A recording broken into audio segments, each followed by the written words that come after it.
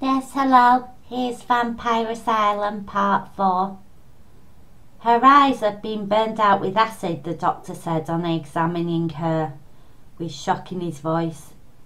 He felt her stomach. She's pregnant. 4 months gone, I'd say. When was the last time you saw her? He asked the first man. Yesterday, at work, he said. She said something about going into town tapping off. Tapping off, he replied in dulcet tones. What on earth does that mean? I don't know, said the man. She did that every Saturday night. I'll call an ambulance to take her to the mortuary, said the doctor. Bernadette groaned and lifted her head. What happened? She asked sheepishly. You fainted, said Grace without taking her eyes off the dead girl. Bernadette sat up and then suddenly jumped to her feet as she saw the dead girl. She started screaming and ran down the corridor and down the stairs. Grace followed her worriedly. Bernadette grabbed the payphone and started to dial.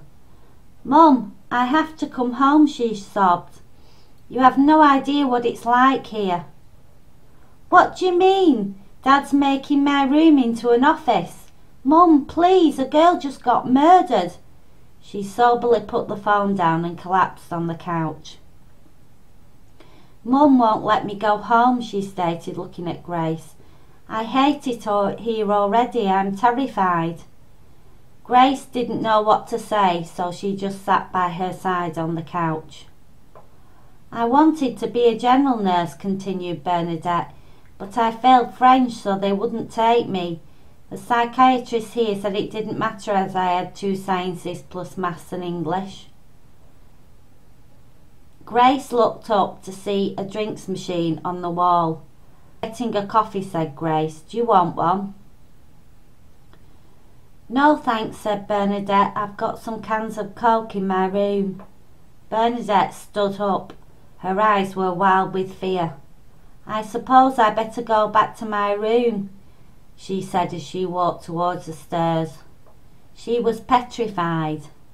She went to her room and moved the wardrobe against the door. Then she got into bed and hid under the covers.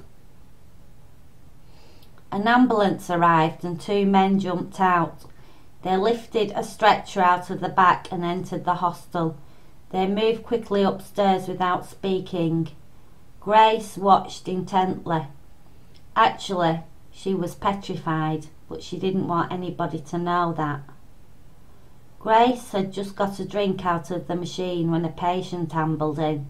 Actually, Grace didn't realise it was a patient, or was it a she? He had pants on, a jumper and trainers. She noticed he had small breasts. It must be a woman, she thought. Her dark brown hair was floppy and untidy. She was stocky with muscles. She stood proud, sticking her chest out.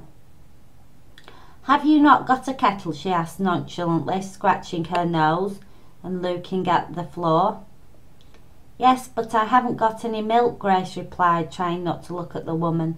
She didn't want her to think she was stirring. Would you like me to go to the shop and get some milk for you? She asked with a serious look of intent on her face. That's nice of you, Grace said through a beaming smile. She was genuinely touched by the thoughtfulness of the gesture. Do you mind? I don't know where the shop is. It would be really sweet of you. She gave her 50 pence.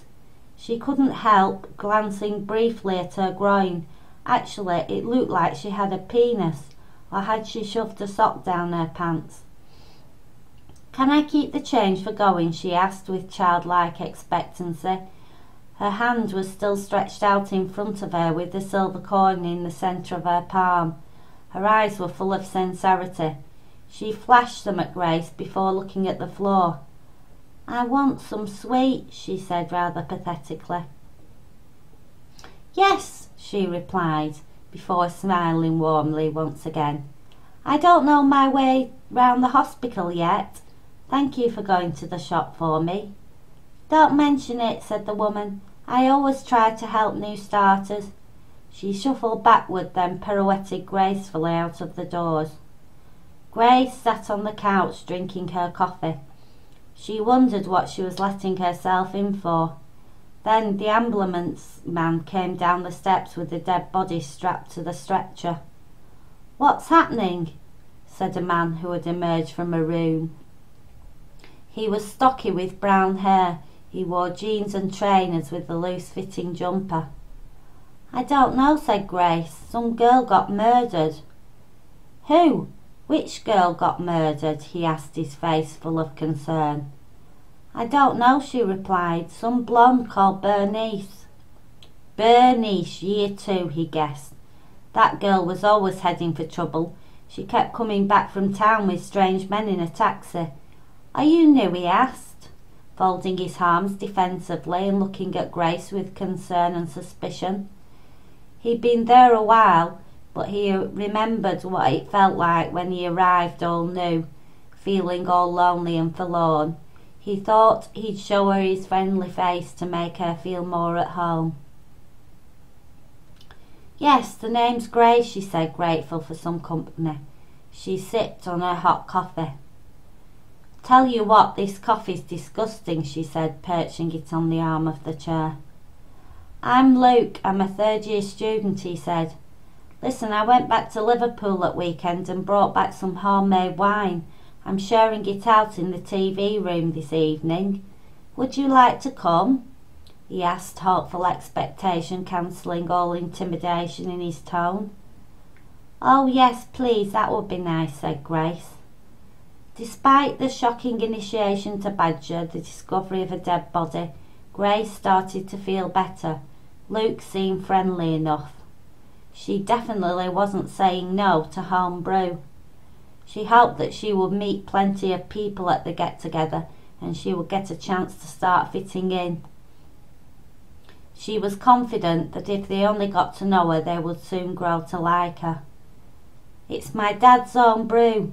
Dandelion, potato and pear wine. Like dynamite it is," he continued. "Actually, I think he adds just a bit of black currant to it. He never tells anybody his secret recipe." "You'll have to bring your own glass. Do you know where everything is yet?" "No," said Grace. "I just arrived about an hour ago.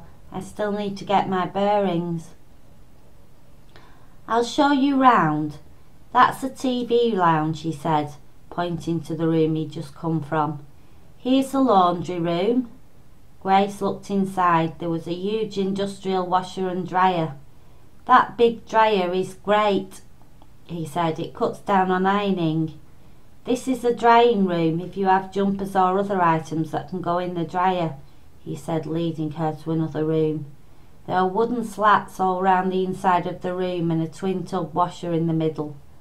"Things dry in no time. It's got underfloor heating," he added. "If you get fed up waiting to use the big washer, you can use the twin tub." They went back to sit on the couch.